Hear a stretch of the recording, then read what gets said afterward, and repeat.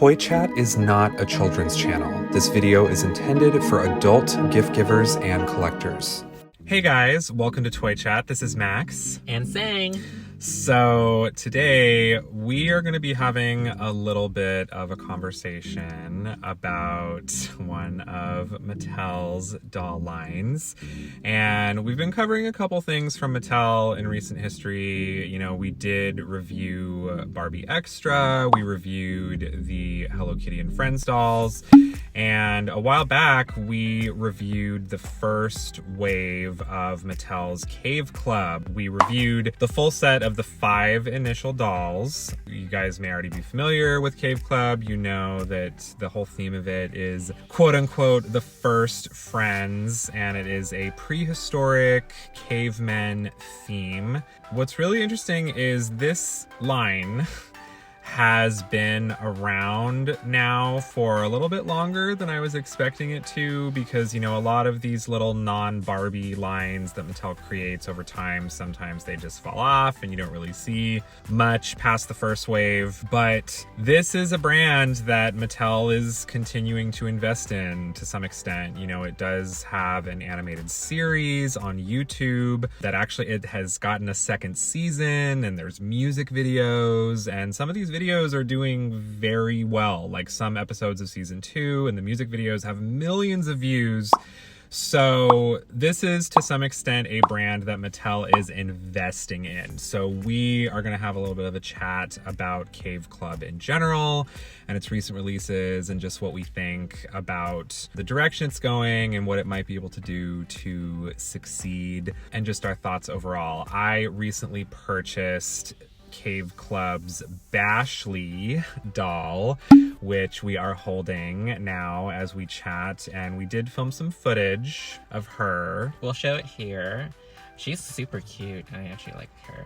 You know, I'm a sucker for that lavender hair color. Totally tangent, but I do really appreciate how posable they are.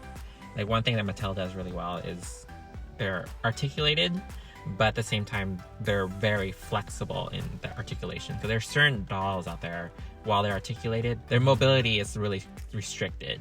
I would say this is Mattel's most articulated new doll line since Ever After High and Monster High, really. Because yeah, I like the articulation of these more than the articulation of, you know, Wild Hearts Club and Cuckoo Harajuku and all that. They feel really posable. And yeah, and they can stand on their own.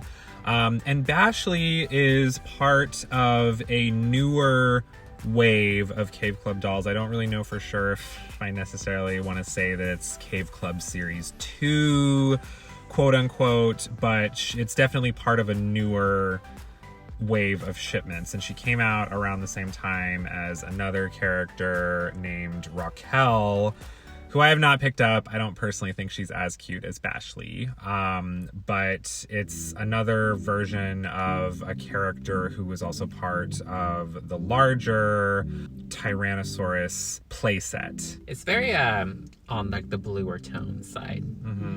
The second wave, if you were to say. I think they're cute. There's part of me that thinks I haven't seen these in stores. I just don't like promo images. It's just like, it's not an accurate representation of like what the doll is going to look like, because the hair's all perfect and the color saturations are different. I did see Raquel once in Walmart. Bashley was not with her, and Bashley also has really interesting packaging. At least the packaging that I ordered her in. So I ordered her off Amazon for $14.99, and you know, once again, yeah, these dolls are really cheap. They're like 15 bucks. I may have gotten the Amazon variant of her packaging though, because I have spoken to some other folks on Instagram, and it seems like the standard plastic dome packaging of her does exist, but the Amazon packaging, you can't see the doll at all. And you know, unfortunately the one I got is wonky. She has a weird eye. But she is really pretty. I mean, one thing I can really say about Cave Club in general, like, they're really, really colorful. Like Sang mentioned, it's a wide variety of tones, and I mean, I really love Bashley because she has like an iridescent tunic dress, which I think makes her super unique. And I love the color scheme of her hair with, like that kind of sugar pink and the lavender. Yeah, so like her hair is curly, but it is that kind of curly where it's like she's just was rooted without being brushed. Because this is how like we seen doll hair like rooted in before, you know, a designer or a hairstylist would brush it out and make it into nice curls. Yeah, so it's like how the doll hair comes initially. So I mean, it looks nice in certain parts, like way that it's rooted, like it naturally wants to curl up together into like more like larger curlettes. But because of it, the fact that it's just been rooted, there are certain aspects of it are like it just hangs outwards and frizz and stuff. But it's a mixed bag, to be honest. I personally don't like this hairstyle because it looks unfinished. I guess the intent is like she's supposed to be a rock star, so she's supposed to have kind of like wild hair. I do appreciate the color palette, like, or kind of the color story it almost seems like Cave Club is using in general, which is really funny because when you think prehistoric and like cavemen, you wouldn't assume it would be this just color splash of, you know, metallics and iridescence, but they've really used that for a lot of the products. This brand has been helping Mattel get back into the blind box game, which obviously MGA has proven is, you know, wildly successful. You know, they have the little Dino Baby Crystal Glow series, which I didn't even know until recently, has like slime and kinetic sand. You know, so they've been releasing a lot of products for Cave Club. You know, I think an even newer wave has two characters, one of which I'm actually pretty interested in. Her name is Lumina, and she's another one where I do really appreciate her color scheme, and she has already appeared in the animated series. One thing I can say, as much as Mattel just gets a lot of flack for a lot of things, I do definitely have to say they are doing diversity extremely well, because a vast majority of the products they put out, you see a huge spectrum of skin tones. It's just like a rainbow of different skin tones, you know, and like with Lumina, it seems like she comes off kind of like an ambiguously Asian character, and I think she's very cute. There's a lot of different textures in her hair too. There's straight hair, and there's crimped pieces, and then there's highlights. So she has a lot going on. The thing that's frustrating about Cave Club, and I mean, obviously, you know, by the way, we recently have done Monster High discussion videos, and of course, Monster High is coming back, you know, very soon. So yeah, if at some point, if you guys want us to do like an updated discussion video on that, you know, some new images and stuff have been posted by the social media. So if you guys want an update on that, let us know. But of course, you know, we speaking as Monster High fans, it's really interesting seeing that some of these kind of chances they're taking and efforts they're putting into Cave Club does seem pretty reminiscent of like something I haven't really seen from Mattel since Monster High. And yeah, like those big daring kind of color splash hairdos and like variants of color and wild hairstyles, because Mattel, I feel like, has been very known for playing it safe with a lot of the recent other stuff they've been putting out. Yeah, I mean, looking at the Cave Club makes me excited for Monster High. Like a lot of like Cave Club like aesthetic, I think really draws from Monster High. And you know, yeah, it's like there's this other girl. Oh, she's cute. I love how strawberry like. Yeah, she's very cute. Her name, I think, is Ruli. So the a girl named Ruli. It looks like she's like a little nerdy smarty pants girl.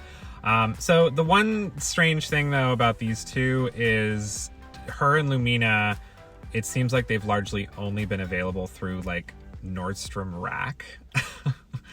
They're listed online at Nordstrom Rack, and no one has reported, from what I've seen, like seeing them at major retailers. Like, you know, not to say that Nordstrom isn't a major retailer, but I think in terms of go-tos for toys, like they're not being found at Target or Walmart, you know, or anything like that. So I'm very curious what the deal is that like Cave Club, like, you know, if y'all remember like Enchantimals. Yeah. You know, it seems like this is like an Enchantimals situation where they're just all going online. Yeah, I mean, that's a little frustrating thing. It's like, who is this marketed for? Because obviously a small child cannot go on the internet and like purchase everything without, you know, parental supervision. So it's like the fact that Bashley was placed into like a sleeve where you couldn't see the doll, it is a little troubling seeing like, is this gonna fall into like special order kind of dolls where like you can only get it through like a warehouse or something and it's not readily available. It's like who's this made for? So I'm hoping the fact that the web series is doing so well that they would try to consider putting these into stores. But I mean, something we had talked about before is like, you know, these toy companies buy spaces in retail stores, so I don't know if like they don't think that these will do well enough to be able to like allocate some space for them in their aisles. So I don't know, it's just a weird thing, and I wish they would address it, or, you know, let us know, like, is this something that, you know, you're not going to be able to find in stores, and here's special links to purchase them off of like Amazon or our Mattel shop kind of deal. Because like I think it takes away from opportunities for kids to discover these. Yeah, and I mean, I think it's a delicate balance as well, you know, between a company obviously wanting to make money and not lose money, but also push that they have confidence in this brand. You know, something we talked a lot about when Rainbow High first came out is the fact that they came out with a lot of characters, and there was a big, you know, marketing push for it, and there was clearly a lot of effort and work put into like the packaging and everything. It's like that stuff not only signals quality, it signals that the company has confidence in this new brand.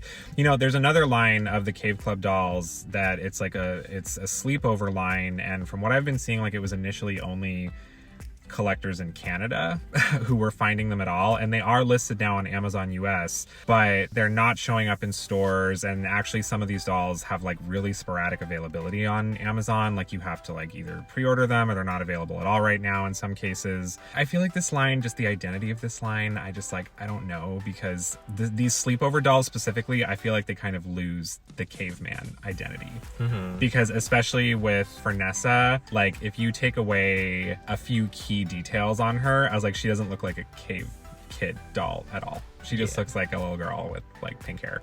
I don't know. I feel like there are some strong design concepts here. Yeah, one thing I do appreciate that it seems like they're not skimping on fabric like choices. Like some of these fabric looks nice, at least in the promo images, and they do come with a lot of value. Like you get a lot of pieces. So I mean, like judging from like in the past with like Monster High and Ever After High, like sleepover lines tends to be more like their budget line, but these ones seems a bit more of like a evolution of like the main core series. It's the same price, $14.99. Yeah, minus the playset with Tella, which is actually cute. I might like buy it. Yeah, she's cute. And I mean, this is the kind of stuff that I like to see from Mattel, like the really unique, and again, this a lot of Monster High connotations, like really unique, like multicolored accessories. They're very thematic. So like these are strengths that I really wish Mattel would play to more often. And again, yeah, it's, you know, hopefully they stick with that with the Monster High comeback. Now, one thing that Mattel also has a tendency to do, and they've done it with like a couple lines now. At some point they did technically do it sort of with both Monster High and Ever After High, is to put out these little like mini little sister fairy critters, like miniature dolls basically. And Cave Club is doing the same. They're coming out with Cave Tots, which literally are like little sisters that come with little dinosaur friends. These to me always feel targeted at like toddlers basically, which I get it. That's fine if you want to have toddler products, you know, with a line. And I think we could definitely say that about Cave Club as a whole. Like a lot of what Mattel's focusing on right now, it's very like young kid focused. I do kind of like the unicorn one, but I just like her color scheme and I'm biased for that kind of thing. That's true. Do you remember when Draculaura got a little sister? Yeah, and Frankie technically did too in the reboot. That was a mess. Olivia. I remember their name sounded like a medication or something. I think forcing the whole little sister thing is just because and then they try to incorporate it into like the canon and the lore, and it just you know, I mean, honestly, it's not cheap to make these. Like obviously with little sisters, there's new sculpts and new plastic they have to make, so they're investing money in this. So I'm just curious if it's a successful endeavor for them to do, and it actually makes them money. You know, these low-key look a little bit like LOL sprays. You know what? If that's what they're going for. Yeah. There's certain aspects of it is cute. Like the thing I love about Mattel, especially with these more recent lines, is they're so colorful. Yeah. More fantasy-like, I think, than some of the other brands out here. I think Mattel does fantasy and fantasy colors very well. You know, I think overall, if they're going to continue moving forward with Cave Club, I hope they continue doing things similar to Bashley and, you know, similar to the especially like just really fun fantasy color pop. You know, and again, it's like I said, it seems like they're incorporating a lot of that into Cave Club's like color story, because even in like some of the webisodes, you see a lot with Lumina and Bashley and stuff. You see like cave crystals and stuff like that, which that's clever because I think most people wouldn't have ordinarily thought of that right away with a prehistoric theme. Yeah. But, you know, and I mean, I think the quality of these are pretty solid, you know, and I mean, they do go against, I think, some of the most common complaints about the doll world in general, which is like, oh, this is so similar and such a rip-off of like something that already exists. I don't think you could say that about Cave Club at all.